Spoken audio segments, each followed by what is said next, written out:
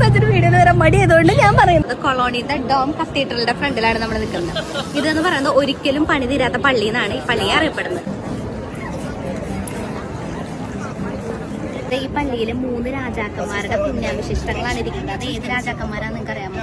നമ്മുടെ ക്രിസ്തുമസ് കൂടെ വെക്കില്ലേ വീട്ടില്, ക്രിസ്തുമസ് ഒക്കെ ആവുന്ന സമയത്ത് ആ സമയത്ത് 3 രാജാക്കന്മാർ ദൈവത്തിന് കുന്തിരിക്കും, ദൈവത്തിന് മീൻസ് ഉണ്ണീശോയ്ക്ക് കുന്തിരിക്കും, മീറൊക്കെ കൊണ്ടില്ലേ, സ്വർണ്ണമൊക്കെ. നമ്മളിങ്ങനെ 3 രാജാക്കന്മാരെ ഫ്രണ്ടിലേക്ക് അവരുടെ പുണ്യാവിശിഷ്ടങ്ങളൊക്കെ ഈ പള്ളിയുടെ ബലിപീഠത്തിന്റെ പുറകിലൊരു പെട്ടിയുണ്ട്. ആ പെട്ടിയിലുണ്ട്. അപ്പൊ നമുക്കത് കാണാം കേട്ടോ.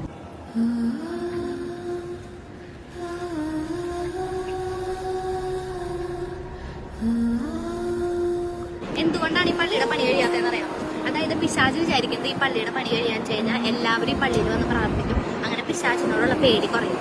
ഇതൊരു മിത്ത് മാത്രമാണ്. അതുകൊണ്ടാണ് ഈ പള്ളിയുടെ പണി കഴിയാത്തത്. ഇത് എല്ലാ വർഷവും ഇതിങ്ങനെ പള്ളിയുടെ പണി നടന്നുകൊണ്ടിരിക്കുന്നത്. ഒരു വിചിത്രമായ കഥയല്ലേ?